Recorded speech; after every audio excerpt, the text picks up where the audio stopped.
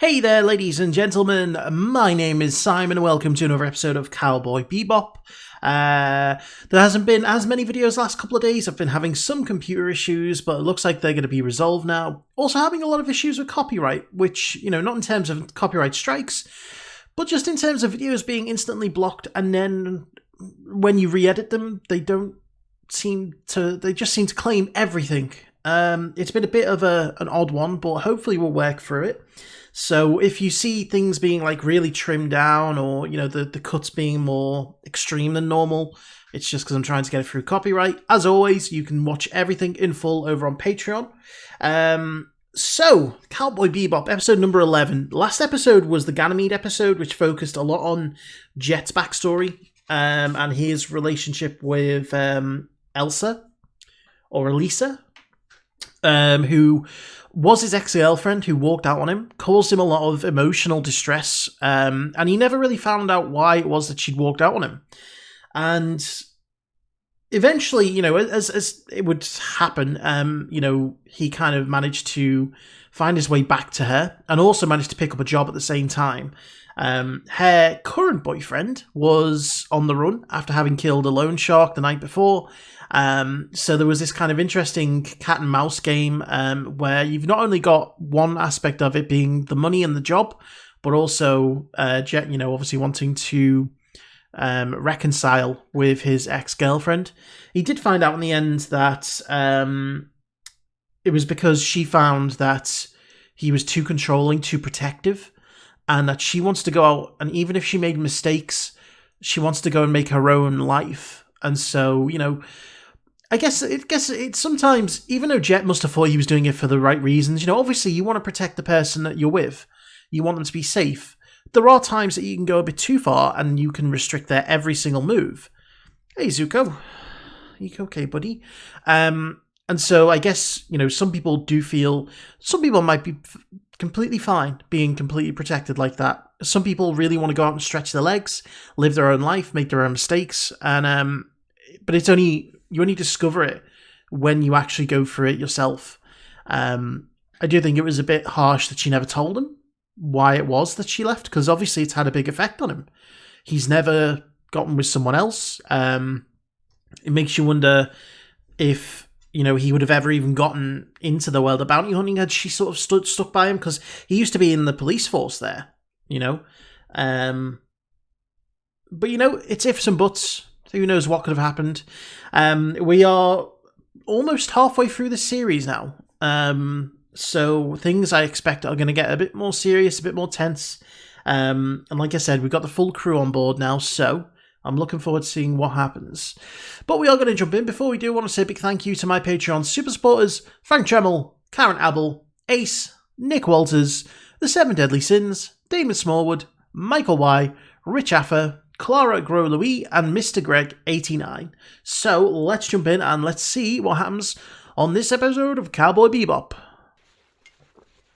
What is going on here? I can barely see. I can barely see what's going on. But when you're out of money, you start thinking about quick cash. Yep. Are they going to take on odd jobs now to try and earn some cash? Snake eyes. Oh. Oh, so the overall number. Well, Jet. Oh no, she stripped him down to his skivvies. Oh. Oh no. That's why I told you not to play against her. How can... Oh. Oh no, things aren't looking good for the crew. It sounds like is it something chasing a rat? And then we have to learn them all over again. Oh, poor Jet. He's getting sick. Oh no. What if it was carrying something?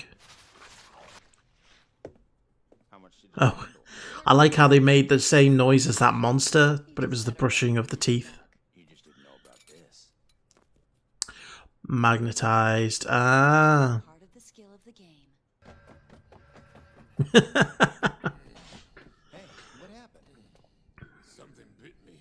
Oh no. By something. Uh-oh. Is it inside of him, or is it... No, can't remember. Oh, Iron really doesn't like what's in there. That would be this. Ugh. Heals wound? Yep. You squish it up and boil it in 3 cups of water, and when it turns green and goopy, you drink it. No, I don't believe that. Spike, isn't there something more, different? Conventional, I got it. traditional, Give me that. scientific. Take the other thing. Wow. He's gonna throw up. Oh, brother. Come on. Will you quit joking around? Uh-oh. Oh shit, that's more than a bite. No, that's not it. Cholera. Cholera. No, it's not that. Ebola virus. No, not the Ebola. Is it Corona? Phytobacterium. Well, it's A mystery space creature! Yes, thank you, Ed. The attack of the horrible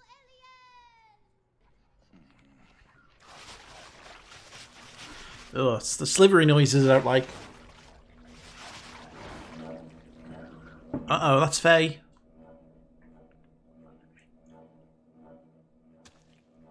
Oh, it's just a blob. Don't ignore it. Something just glooped down. And it's going to gloop you. See me? Whoa, yeah! You're hot. Get it? Fine. I'm gonna test it now. Don't move till I tell you. Oh, God. Hey! Wait! Look, hey! you can see something. Look. If you see a stranger, follow him. I like Ed. Ed's such a wacky character. Are you here, Mr. Spooky Space That's a toilet. Creature? Yes. Ein? Uh-oh. Ein? Are you here? Keep following him. Hello? From above! Ein! No! Ein! Ed? Where are you?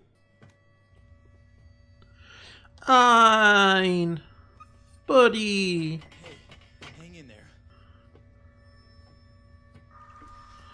Kill it with fire. Gotta go in. Yeah. But if you destroy it, you're not going to know how to make a cure. I love the tracker that's, it's like the alien tracker. This ship is pre-programmed to land on Mars. So in case, Cannot be changed once it is confirmed. well, in case he gets hit and they all end up unconscious, they'll still make it to a place to land. I love the Star Trek sounds, the original Star Trek sounds. Oh. It's just oil. Uh-oh. It's behind you. That's it. Oh, he's trying to... Well, if it's an ooze, wouldn't it just... Oh, my God. I was going to say, if it's an ooze, it could just sliver out of a net. Or I can sliver through the cracks in the door. Do you really think bullets are going to kill a slime? Let's go, slime ball. Oh, oh. Oh, he got it. Don't fry it too much, because you need a sample. Oh, the fridge. Uh-oh. Oh, no.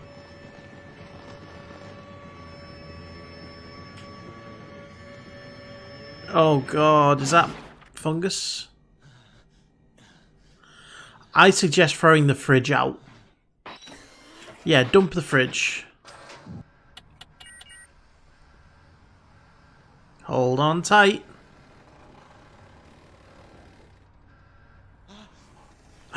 No! Oh, God. It's still alive. Oh, it's great. It might suck the squidgy thing out as well.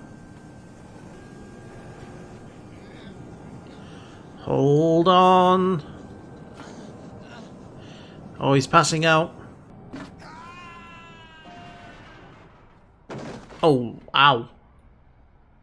Okay. Very odd lesson from the episode. Okay, so it wasn't a lethal bite. More pudding. Don't eat it. Oh my god. I can't eat anymore. Ed just ate it.